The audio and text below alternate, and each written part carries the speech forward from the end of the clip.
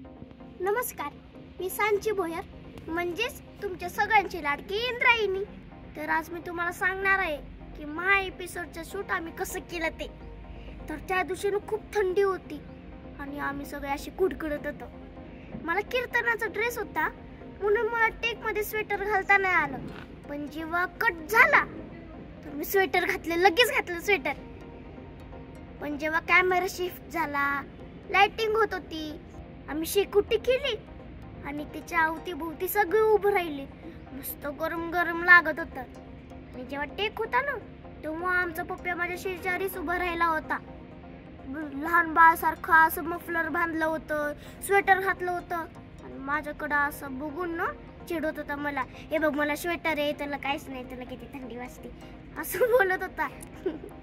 आमचा महा एपिसोड आत्ता नुकताच झाला आणि त्या महा एपिसोडचं शूटिंग म्हणजे गेला आठवडाभर 15 दिवस आम्ही रात्री शूट करतोय आणि लहान लहान मुलं आहेत आमच्याबरोबर।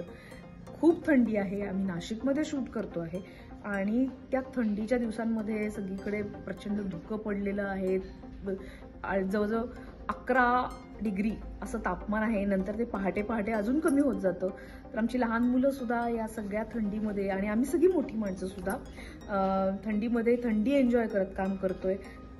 स्वेटर घातलेले असतात, चाली घेतलेल्या असतात, असं गुरगुटून घेतलेलं असतं आणि मोठे मोठे सीन असतात, कीर्तनाचे सीन असतात।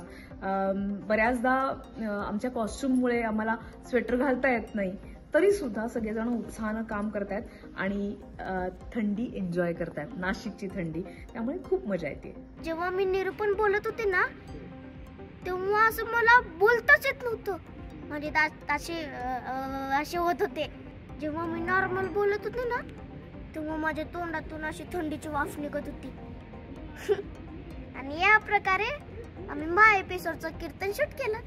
तर आम्हाला नाईट शूट करायला खूप छान वाटलं आणि या प्रकारे आम्ही महा एपिसोडचं कीर्तन पूर्ण केलं। तुम्ही बघता ना।